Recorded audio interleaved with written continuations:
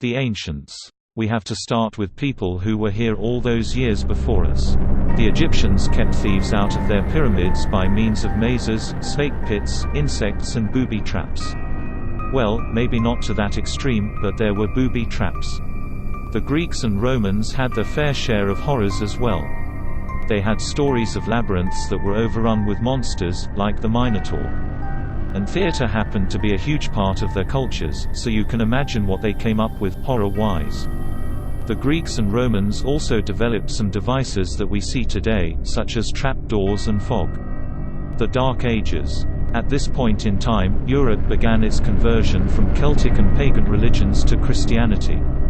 Europeans held on to some pagan traditions, which led to some modern-day Halloween traditions, and also helped shape the idea of haunted houses.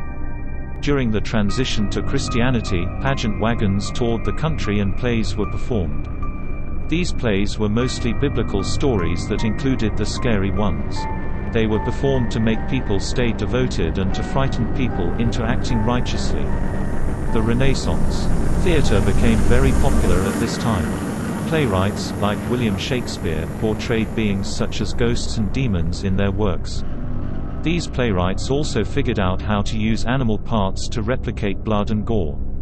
The 1800s. Mediums, fortune-tellers, spiritualists, and conjurers of the dead became forms of entertainment for the upper class.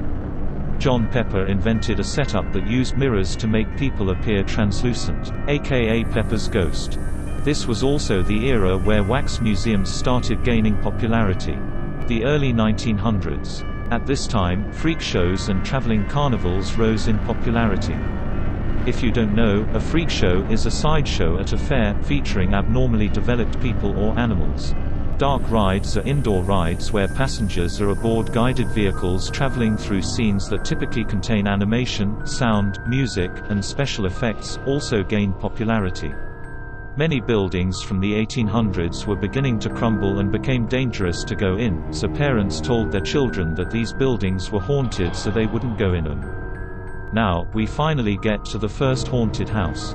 The first haunted house was the Orton and Spooner Ghost House, which opened in 1915 in the UK as part of a fair. The 1960s. Disneyland opened the Haunted Mansion, and some of its features include a ghostly wedding party and transforming portraits. The Haunted Mansion is indeed a dark ride. The 1970s. The United States Junior Chamber, aka JC's, charity encouraged its younger members to set up haunted houses in abandoned buildings and fields as a way to try and raise money. This became such a hit that two men from the Bloomington, Illinois area, Jim Gould and Tom Hilligus, wrote a book on how to create a haunted house in 1975. This book contains details on makeup effects, scene ideas and marketing strategies for those who want to get more of an insight on the way of the haunt.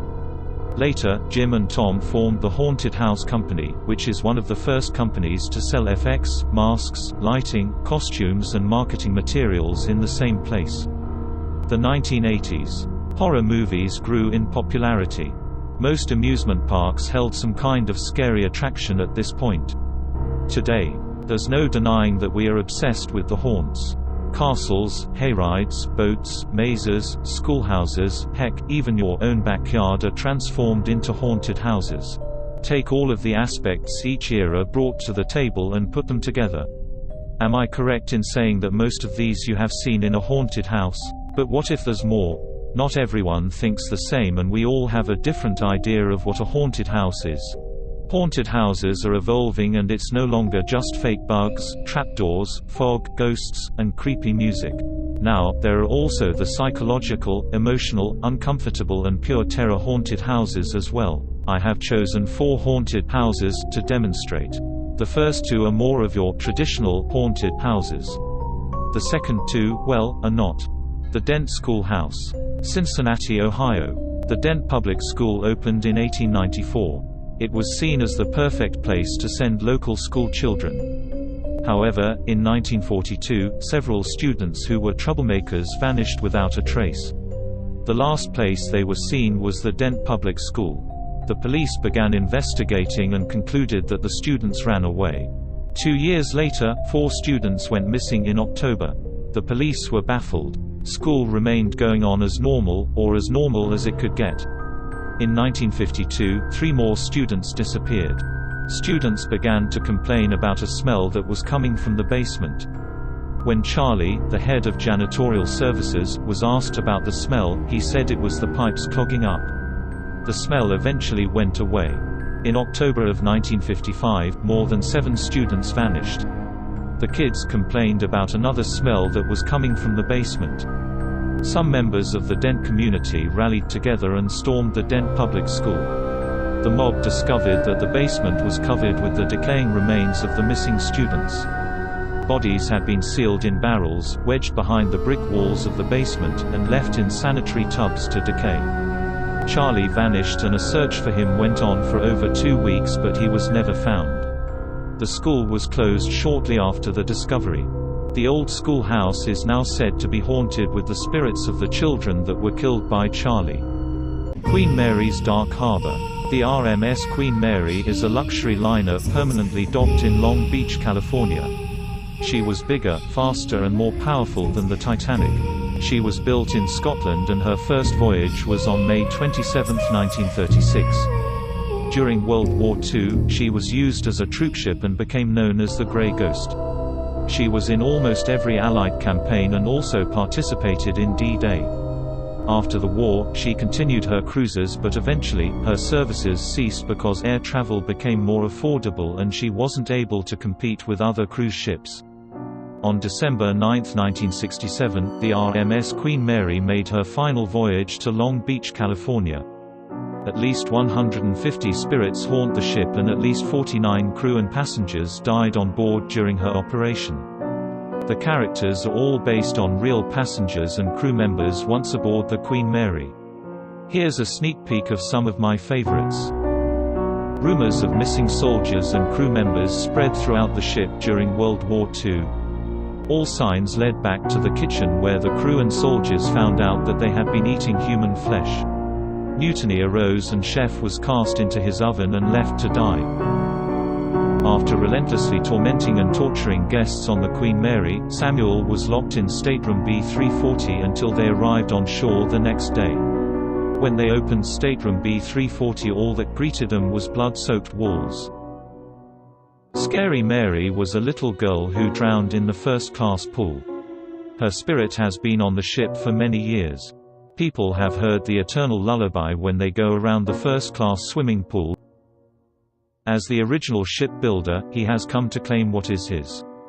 He is bound by the ship since he sold his soul to the Iron Hell in order to make sure the Queen Mary has safe passage. As parts of his body rot away, he replaces them with iron. These are all mazes, but they aren't the only thing you can find at the Queen Mary. Blackout. This haunt is located in New York and Los Angeles. A waiver is required upon entry. It is an 18+ haunt and you must enter alone, although there are rare group experiences. There is a safe word. The creators have called it a theatrical haunted house focusing on psychological fears. It is not for the faint of heart. Some of its features include full frontal nudity, sexual situations, forced edibles, physical contact, and waterboarding. Due to the graphic nature of what was just listed, I will not be putting any of those clips in. Again, this is not for the faint of heart. McKameyManor. The manor's creator is Russ McKamey and the haunt first began in his own backyard. It has now expanded to 2 locations, which are Nashville, Tennessee and Huntsville, Alabama. It is open year-round and has some basic requirements to enter. 1. You have to be 21 and above or ages 18 to 20 with parents' permission. 2. You have to have completed a sports physical and have a doctor's letter stating that you are physically and mentally cleared. 3. You have to pass a background check, provided by the manor. 4. You have to be screened via Facebook, FaceTime or phone by Russ himself. 5. You have to provide proof of medical insurance. 6. You need to read and sign a detailed 40-page waiver. 7. And you need to pass a portable drug test on the day of the show.